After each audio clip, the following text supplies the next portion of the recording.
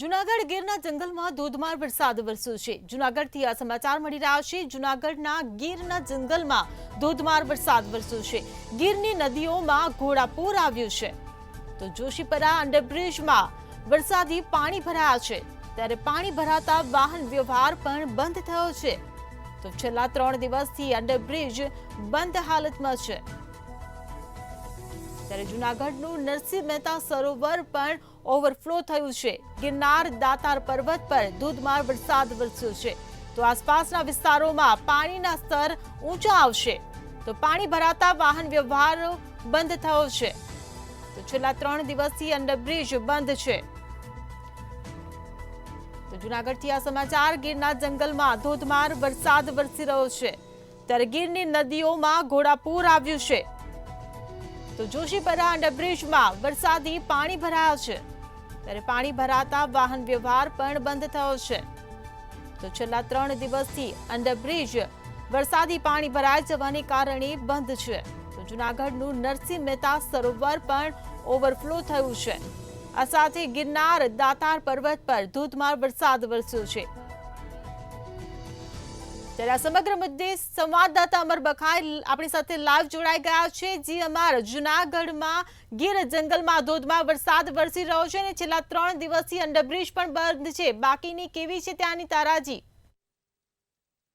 હા, ચોક્કસ કે ખાસ કરીને છેલ્લા 24 કલાકની વાત કરવામાં આવે તો જુનાગઢ જિલ્લામાં ભારે મેઘ ખાંગા છે। ખાસ કરીને ઘેડ પંથકની વાત કરવામાં આવે તો ઘેડ પંથકમાં છે તે પાણી ભરાયા છે અને 36 જેટલા ગામો છે તે સંપર્ક વિહોણા હતા। ખાસ કરીને ઉપરવાસમાં જે ભારે વરસાદના કારણે જે ભાદર નદીનું પાણી છે તે આ ઘેડ પંથકમાં ફરી વળતું હોય છે। ત્યારે માણાવદરનું સરાડિયા, પોરબંદરના અમુક તાલુકાઓ છે તે લાગુ પડતા હોય છે અને હાલ આ વરસાદની જે પરિસ્થિતિને લઈને લોકો છે તે ઘરની અંદર તો ક્યાંક જે બહાર છે તે બહાર જ રહે છે તેવી સ્થિતિ છે। જુનાગઢ શહેરની વાત કરવામાં આવે તો છેલ્લા 24 કલાકમાં 3 ઇંચ જેટલો વરસાદ છે તો માણાવદરમાં 3.5 ઇંચ, વંથલીમાં 3.32 એટલે કે 3.5 ઇંચ, વંથલીમાં, ભેસાણમાં, વિસાવદર, મેંદરડા, કેશોદમાં છે તે સાર્વત્રિક મેઘમહેર જોવા મળી રહી છે। અત્યાર સુધીના સિઝનની વાત કરવામાં આવે તો કુલ છે તે સરેરાશ વરસાદ છે તે જિલ્લામાં 62.88 ઇંચ પડ્યો છે। સૌથી વધુ વરસાદ જુનાગઢ જિલ્લામાં વિસાવદર પંથકમાં નોંધાયો છે। આજ વહેલી સવારથી વરસાદે વિરામ લીધો હતો અને બપોર બાદ ફરી મેઘરાજા છે તે ધીમી ધારે વરસી રહ્યા છે। તો જુનાગઢ શહેરનું જે નરસિંહ મહેતા સરોવર છે તે ઓવરફ્લો થયું છે તો ઝાંઝડાનું જે અંડરપાસ છે તે પણ પાણીથી ભરાયું હતું અને ત્યાં પણ વાહન વ્યવહાર ઠપ થયો હતો। તો બીજી તરફ જોશીપરામાં જે અંડરબ્રિજ આવેલો છે છેલ્લા 3 દિવસથી તે બંધ છે અને હજારો લોકોને પારાવાર મુશ્કેલીનો સામનો છે તે કરવો પડી રહ્યો છે। બીજી તરફ ખાસ કરીને વરસાદી માહોલ યથાવત છે। ગિરનાર અને દાતાર પર પણ ધોધમાર વરસાદ વરસી રહ્યો છે ત્યારે ગિરનાર પર્વત પણ છે તે ગઈકાલે એક દિવસમાં એટલે કે 24 કલાકની અંદર 4.5 ઇંચ વરસાદ છે તે વરસ્યો હતો અને હજુ પણ મેઘમહેર ગિરનાર પર્વત પર યથાવત છે। ગિરનાર પર્વત પર ભારે વરસાદના કારણે જે પર્વતનું જે પાણી છે તે સોનરગ નદીમાંથી વહે છે એટલે કે દામોદર કુંડમાં પણ ઘોડાપૂર જેવી સ્થિતિનું નિર્માણ થયું છે। આ સિઝનમાં 74 થી 5મી વાર ઘોડાપૂર છે તે દામોદર કુંડમાં આવ્યું છે। સોનરગ નદી બે કાંઠે વહી રહી છે તો જે મોટા ભાગના જે ડેમો છે તે ઓવરફ્લો થયા છે।